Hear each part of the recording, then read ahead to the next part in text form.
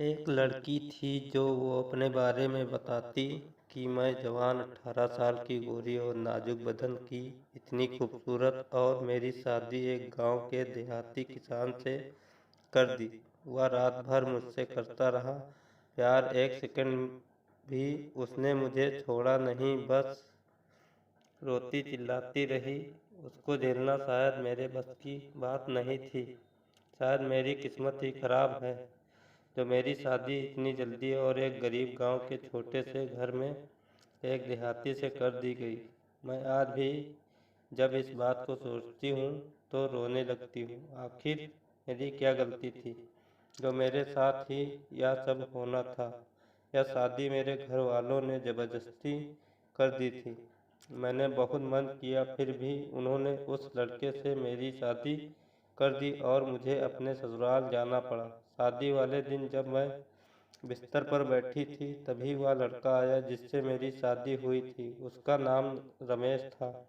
वह आया मेरे पास और बैठ गया। वह लड़का मुझे बिल्कुल भी पसंद नहीं था। वह काला सा और बहुत ही लंबा चौड़ा था। वह मेरी तारीफ करने लगा, लेकिन मैं जरा भी उसकी बात पर ध्यान नहीं दिया और चुपचाप सो गई और उससे कहा कि मुझे तुम्हारे साथ नहीं सोना, तुम वहाँ दूर जाकर सो जाओ। वह चुपचाप गया और ज़मीन पर बिस्तर लगाकर सो गया। सुबह हुई तो मैंने देखा मेरा पति रमेश खेत चला गया था काम करने और मैं घर पर ही थी।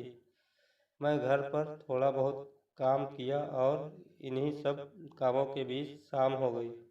रमेश भी खेत से लौटकर घर आया था। वह मिट्टी में और पसीने से भीगा हुआ।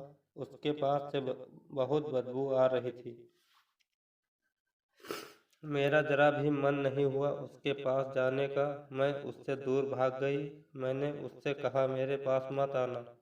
फिर वह चला गया नहाने और फिर उसके बाद उसने खाना खाया और हम लोग फिर चले गए कमरे में सोने के लिए। वह मेरे पास बिस्तर पर आने लगा, लेकिन मैंने उसको मना कर दिया। वह फिर भी मेरी बात नहीं माना और मेरे साथ ज़बरदस्ती करने लगा और रात भर वह मेरे साथ वह सब किया जो उसका मन था।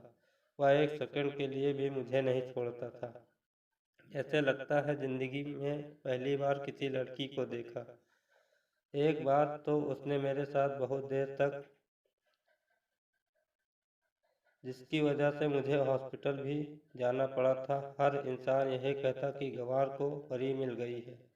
एक दिन मैंने रमेश से साफ कह दिया कि मैं तुमसे कोई प्यार नहीं करती हूँ, मैं किसी और से प्यार करती हूँ। यह सब सुनकर वह बहुत उदास हो गया और मुझसे दूर हट गया। फिर मैंने कहा कि मैं अपने कॉलेज में पढ़ने वाले एक लड़के से प्यार करती हूँ और मैं उसी से शादी करना चाहती थी, लेकिन मेरे घर वालों ने तुम्हारे साथ ज़बरदस्ती मेरी शादी कर दिया, इसलिए अब मैं तुम्हारे साथ और नहीं रहना चाहती।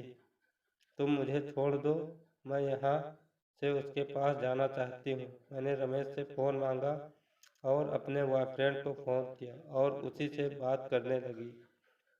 यह सब देखकर रमेश नीचे ज़मीन पर जाकर सो गए। अब हर रात को ऐसा ही होने लगा। यह सब देखकर रमेश बहुत ही उदास रहने लगा। उसके बाद कभी भी वह मेरे पास नहीं आया और मेरे साथ ज़बरदस्ती नहीं किया। एक दिन उसने कहा मुझे लगा तुम नई नई हो इसलिए शर्मा रही हो, इसलिए मैं तुम्हारे करीब आया था ताकि तुमसे प्यार कर सकूं और तुम्हारे साथ रह सकूं। मुझे लगा था कुछ दिनों में सब कुछ ठीक हो जाएगा और तुम भी मुझसे प्यार करने लगोगी, लेकिन मुझे नहीं मालूम था कि तुम किसी और से प्यार करती हो। अगर तुम यह सब बात मुझसे पहले बता देती तो मैं तुमको टच भी नहीं करता, मैं तुमको उदास नहीं देख सकता। इसलिए आज ही मैं अपने घर वालों से बात कर लूँगा। अगर तुम्हें उसके साथ ही रहना है तो ठीक है, मैं तुम्हें उसके घर पर छोड़ आता हूँ।